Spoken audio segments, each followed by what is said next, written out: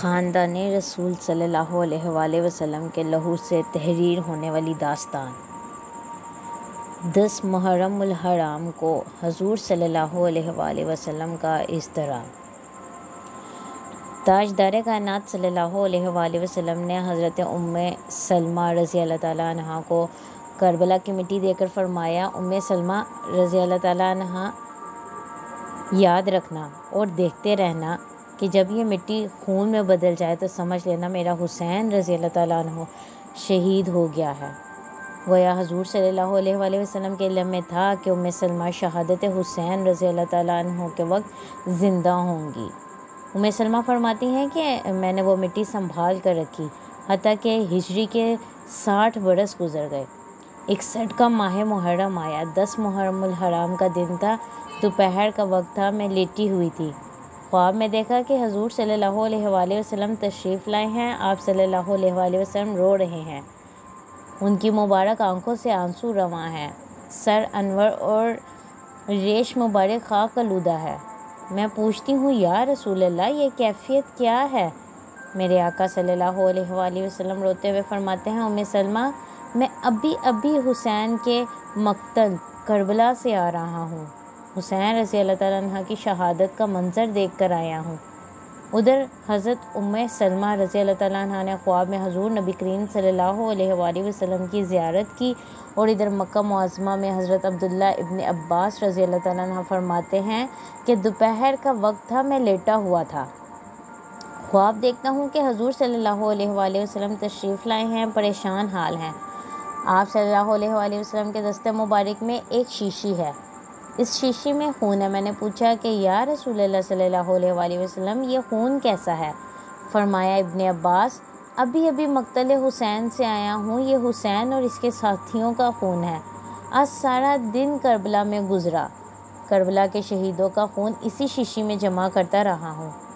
اگر کوئی سوال کرنے والا یہ سوال کرے کہ 72 شہیدوں کا خون ایک شیشی میں کیسے سما سکتا ہے، تو جواب محض یہ ہوگا کہ جس طرح 1400 صحابیوں کے غسل کا پانی حضور نبی کریم صلی اللہ علیہ وآلہ وسلم کے ایک لوٹے میں بند ہو گیا تھا، یا 1500 صحابہ کا کھانا ایک ہنڈیا میں سما گیا تھا، اسی طرح 72 شہداء کا خون بھی ایک شیشی میں سما سکتا ہے۔ ام المومنین حضرت سلمہ رضی اللہ تعالیٰ عنہ کے بارے میں حضرت سلمہ کہتی ہیں، دختِ علی سلمت، اور اس کے آگے اس کی پوری آیت کا ترجمہ کچھ اس طرح ہے، میں حضرت سلمہ کی خدمت میں حاضر ہوئی، وہ رو رہی تھی، میں نے پوچھا آپ کیوں رو رہی ہیں؟ حضرت سلمہ رضی اللہ تعالیٰ عنہ نے فرمایا، میں نے رسول اللہ صلی اللہ علیہ وآلہ وسلم کو خواب میں دیکھا کہ آپ صلی اللہ علیہ وآلہ وسلم کے سر انور اور داڑھی مبارک پر گرد و غبار ہے۔ میں نے عرض کیا، یا رسول اللہ صلی اللہ علیہ وآلہ وسلم، کیا بات ہے، یہ گرد و غبار کیسا ہے؟ آپ نے فرمایا، میں نے ابھی حسین رضی اللہ تعالیٰ عنہ کو شہید ہوتے ہوئے دیکھا ہے۔ شب عاشور، عبادات کی رات۔ البدایہ و النہایہ اور ابن کثیر میں کثرت کے ساتھ ان روایات کو مختلف انداز میں بیان کیا گیا ہے کہ 9 محرم الحرام کو نواسۂ رسول حضرت امام حسین رضی اللہ تعالیٰ عنہ تھکے ماندے جسم کے ساتھ اپنے خیمے کے سامنے میدان کربلا کی ریت پر تشریف فرما ہے، اپنی تلوار سے ٹیک لگا رکھی ہے، یوم عاشور کا انتظار کر رہے ہیں کہ اونگ آ گئی۔ ادھر ابن سعد نے حتمی فیصلہ ہو جانے کے بعد اپنے عساکر کو حکم دیا کہ حسین رضی اللہ تعالیٰ عنہ اور اس کے ساتھیوں پر حملہ کر دو۔ یزیدی عساکر حملے کی نیت سے امام علی مقام کے اہل بیت اطہار کے خیموں کے قریب پہنچ گئے۔ یزیدی عساکر کو شور و غوغا سن کر حضرت امام حسین رضی اللہ تعالیٰ عنہ کی ہمشیرہ محترمہ سیدہ حضرت زینب رضی اللہ تعالیٰ عنہ باہر تشریف لائیں اور حضرت امام حسین رضی اللہ تعالیٰ عنہ کو بیدار کیا۔ آپ نے سر انور اٹھایا اور پوچھا، زینب رضی اللہ تعالیٰ عنہ، کیا بات ہے؟ عرض کی، امام علی مقام، دشمن کی طرف سے حملے کی تیاری مکمل ہو چکی ہے۔ فرمایا، ہمشیرہ زینب رضی اللہ تعالیٰ عنہ، ہم بھی تیاری کر چکے ہیں۔ بھائی جان، تیاری سے کیا مراد ہے؟ زینب رضی اللہ تعالیٰ عنہ نے اضطراب اور مضطرب ہو کر پوچھا۔ فرمایا زینب رضی اللہ تعالیٰ عنہ اب بھی میری آنکھ لگی تھی، نانا جان خواب میں تشریف لائے اور بتایا کہ تم عنقریب ہمارے پاس آنے والے ہو، بہن ہم اس انتظار میں ہیں۔ حضرت زینب رضی اللہ تعالیٰ عنہ فرمانے لگیں تو بھیا یہ مصیبت کی گھڑی آ پہنچی۔ فرمایا زینب افسوس نہ کر، صبر کر بہن، اللہ تم پر رحم فرمائے گا۔ امام علی مقام رضی اللہ تعالیٰ عنہ نے حضرت عباس رضی اللہ تعالیٰ عنہ کے ذریعے یزیدی لشکر سے ایک شب کی مہلت مانگی کہ زندگی کی آخری رات ہے، میں اپنی رب کی جی بھر کر عبادت کرنا چاہتا ہوں۔ یزیدی لشکر نے نواسہ رسول صلی اللہ علیہ وآلہ وسلم کو ایک رات کی مہلت دے دی۔ حسین رضی اللہ تعالیٰ عنہ کے اصحاب وفادار۔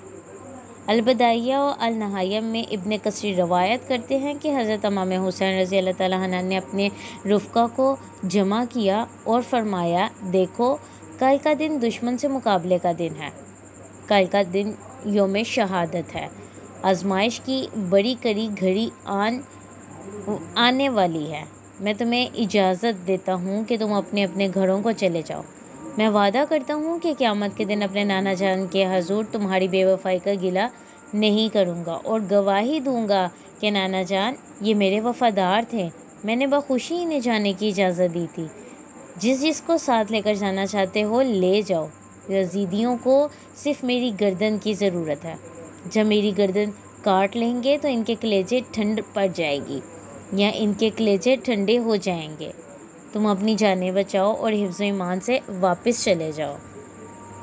جو دوزخہ کے پروردہ امام حسین علیہ السلام آخری لمحات میں بھی دوسروں کا بھلا جو دوزخہ کے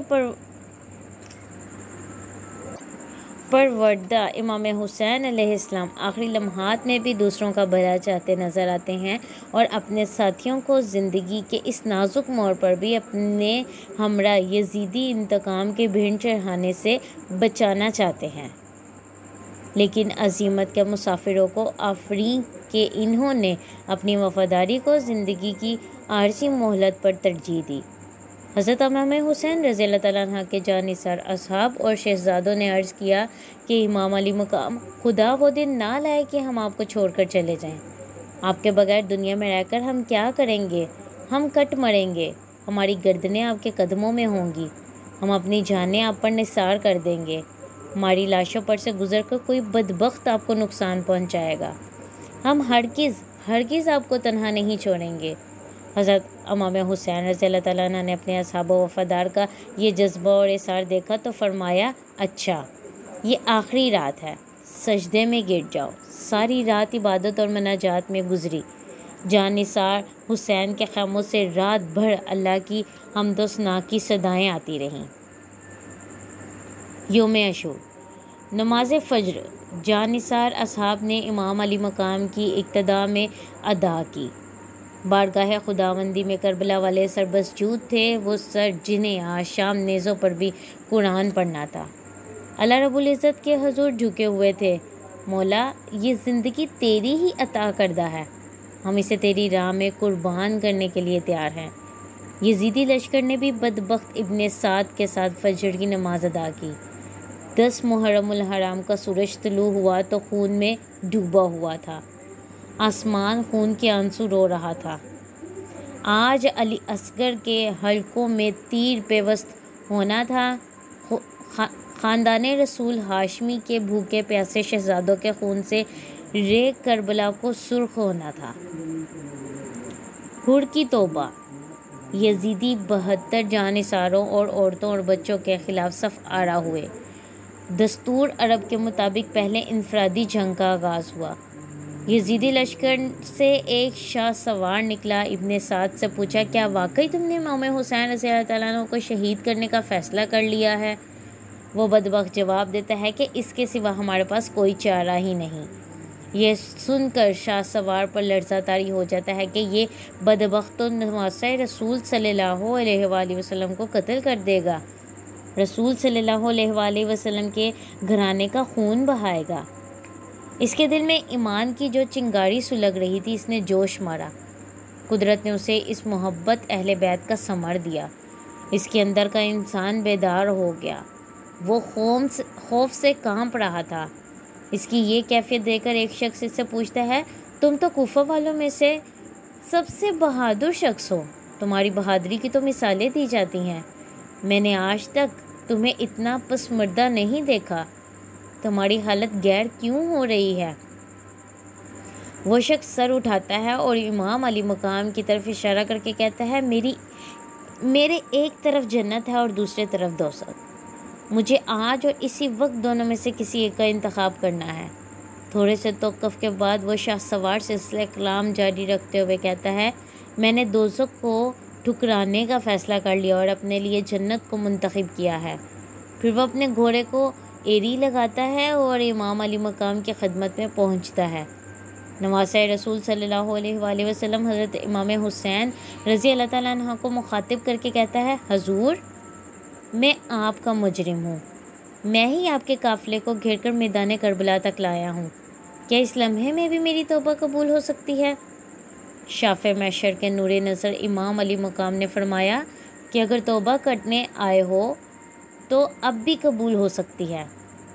وہ کہتا ہے، کیا میرا رب مجھے معاف کر دے گا؟ حسین رضی اللہ عنہ، ہاں، تیرا رب تجھے معاف کر دے گا، لیکن یہ تو بتا کہ تیرا نام کیا ہے؟ اس شاہ سوار کی آنکھوں سے آنسو جاری ہو گئے۔ عرض کرتا ہے، میرا نام حر ہے۔ امام علی مقام نے فرمایا، حر، تمہیں دنیا میں بھی اور آخرت میں بھی آزاد کر دیا گیا ہے۔ فرمایا، حر نیچے آؤ۔ وہ کہتا ہے، نہیں امام علی مقام، اب زندہ نیچے نہیں آؤں گا، اپنی لاش آپ کے قدموں پر نچھاور کروں گا اور یزید کے لشکر کے سامنے سیسا پلائی ہوئی دیوار بن جاؤں گا۔ اس کے بعد خوشبخت حر نے یزیدی لشکر سے خطاب کیا، لیکن جب آنکھوں پر مفادات کی پٹی باندھ دی جائے تو کچھ نظر نہیں آتا۔ کوئی لشکر پر یا کوفی لشکر پر حر کی باتوں کا کوئی اثر نہ ہوا۔ انفرادی جنگ کا آغاز۔ اس ذبح عظیم کا لمحہ جوں جوں قریب آ رہا تھا، آل رسول صلی اللہ علیہ وآلہ وسلم کی سختیاں بڑھتی چلی جا رہی تھیں۔ 3 دنوں کے پیاسے حسینی سپاہیوں نے منافقت کے خلاف فیصلہ کن معرکے کی تیاری شروع کر دی۔ انفرادی جنگ کا آغاز ہوا۔ جناب حر اصحاب حسین رضی اللہ تعالیٰ عنہ کے پہلے شہید تھے۔ اب ایک مجاہد لشکر حسین رضی اللہ تعالیٰ عنہ سے نکلتا اور ایک یزیدی لشکر سے۔ آپ کے جانثار دشمن کی صفوں کی صفیں الٹ دیتے، یزیدیوں کو واصل جہنم کر کے اور پھر خود بھی جام شہادت نوش کر کے نواسۂ رسول صلی اللہ علیہ وآلہ وسلم کے قدموں پر نثار ہو جاتے ہیں۔ پہلے اصحاب حسین شہید ہوئے، غلام نثار ہوئے، قرابت دار ایک ایک کر کے حق شجاعت دیتے ہوئے صف شہادت سے سرفراز ہوئے۔ آئی ریپیٹ، قرابت دار ایک ایک کر کے حق شجاعت دیتے ہوئے صف شہادت سے سرفراز ہوئے۔ جاری ہے۔ اس واقعے کا اگلا حصہ سننے کے لیے چینل کو لائک اور سبسکرائب کرنا مت بھولیں۔ شکریہ۔